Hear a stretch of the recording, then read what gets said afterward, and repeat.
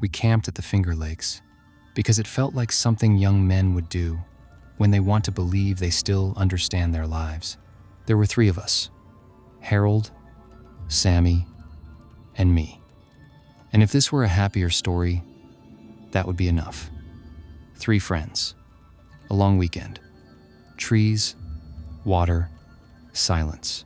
But it wasn't straightforward. It was never meant to be, not when something menacing and uncanny was already waiting.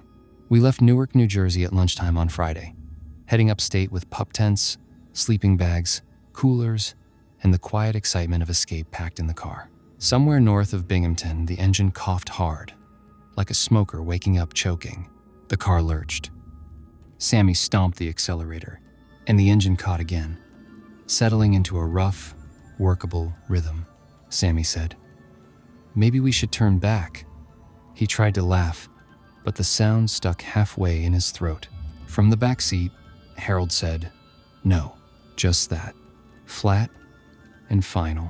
Sammy looked at me then, eyes flicking between the road and the rearview mirror, like he expected something to rise up behind us. He said, "You're good with predictions. What do you think?" I didn't want to say anything. My mouth felt tight, like my teeth had clenched on their own. Finally, I said, "Let's keep going." Sammy nodded, though his knuckles were clamped white on the steering wheel. Not long after, we drove into a mist that thickened until it swallowed the road. Fog pressed against the windshield, like breath on glass. Sammy flipped on the high beams, and instantly the world vanished into a blinding white wall. Harold yelled, "Low beams," and "Slow down. You're going way too fast." As he gripped the wheel even tighter, Sammy's voice wavered.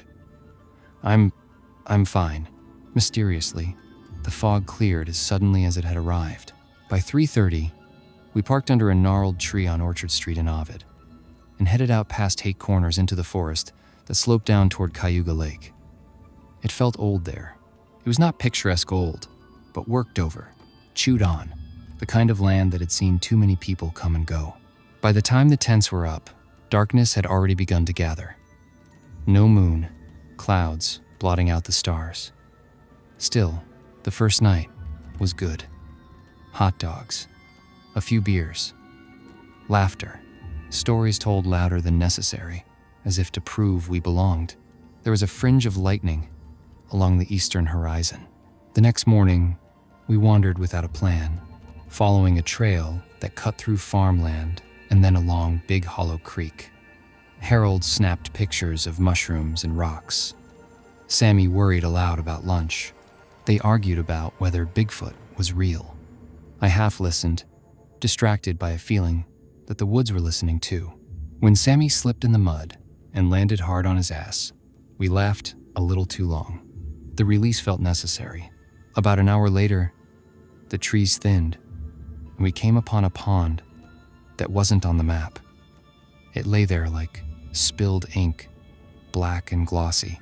Suddenly, a school of tiny fish exploded from the surface, scattering electrical silver flashes in the air.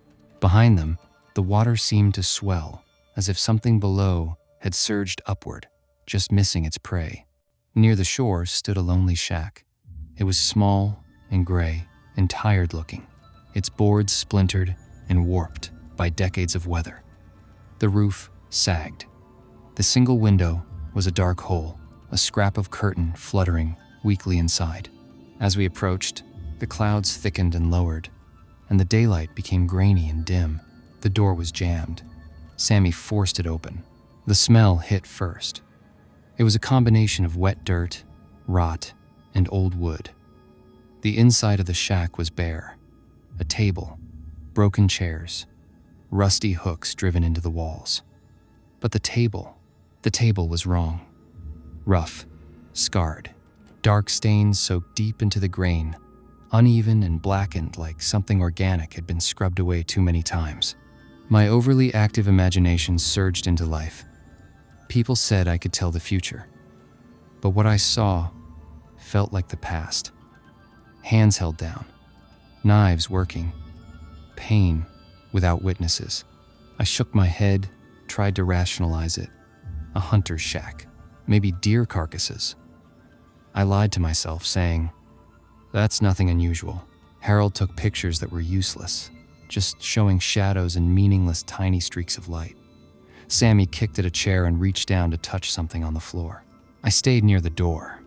Something brushed the back of my neck. It was a light touch, but deliberate. It stung like electricity. I yelped and spun around, heart racing, but there was nothing. My skin crawled. I knew we weren't alone. Sammy and Harold jolted to attention, and we got outside as fast as we could. It was then that I saw what Sammy had found beside the chairs. He was holding 2 leather gloves, thick, stained, and heavy. Harold said, "Why did you pick them up?" Sammy smiled sheepishly and shrugged, "A souvenir." Harold and I glanced at each other. We were perplexed and doubtful. Why did he do that? Then, for some reason, Sammy took the gloves to the pond and washed them. When the grime lifted off, the leather looked almost new. Too new. Even though they were saturated, he slid them on his hands. He held them up, fingers splayed and laughing, until his expression drastically changed. He cried out. He ripped the gloves off, wringing his hands in pain. Harold and I wanted to laugh, but for some reason, we held off. A few moments later, he turned the gloves inside out, expecting to find a spider or something that had bitten him. There was nothing. When he joined us, he said, "Just weird. I felt something like an electric shock. I'm bringing them back." None of us argued. It was Sammy's problem. By sunset, we were back at our campsite, sitting quietly as the fire crackled. The gloves lay near Sammy's tent like shed skin. Later, after a few beers, curiosity got the better of me. I picked up the gloves and inspected them. I don't know why, but I slid one of them on my right hand. A tingling shot through my fingers, sharp and electrical. I tore the glove off and flung it on the ground. My heart was hammering. I clenched and unclenched my hand, trying to relieve the pain. As the dark night settled on our campsite, thunder muttered somewhere far off. Lightning flickered against distant clouds. I crawled into my tent and slid into my sleeping bag. I was restless, rising and falling between the real world and the world of dreams. Then a light, brilliant and shifting, flooded the tent. I woke and called out, "Sammy! Harold!" There was no reply. Something heavy moved outside. Branches snapped. The tent wall bulged inward, brushed by something vast, lumbering. I curled into myself, shaking. Maybe it was a bear. But what about the light? Then there was silence. I told myself that I had a dream that turned into a nightmare. Morning felt unreal. When I questioned them, Harold and Sammy claimed they'd slept just fine. They saw and heard nothing unusual. However, the gloves were gone.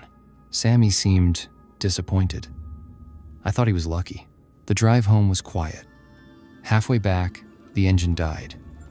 No amount of pumping the gas brought it back to life. Rain poured down when we stopped in a pull-off. Sammy leaned under the hood and seemed to be working on something. He yelled that the problem was the battery cables. Suddenly, there was a blue flash from under the hood. He came back to the driver's seat, dripping wet. He was laughing. I said, "Did you get a shock from the battery?" Sammy said, "Yeah, I got zapped. Saw the spark jump to my hand. It was weird. I didn't feel a thing. I was not sure why I said it. The words came out of their own accord. Maybe you're immune." Back home in Newark, I searched Google Maps around Cayuga Lake, looking for the pond. I zoomed in and traced walking trails and searched the main camping spots, but there were no signs of the pond or its mysterious shack. Since then, the back of my neck and my right hand have occasionally tingled as though I had touched something electrical.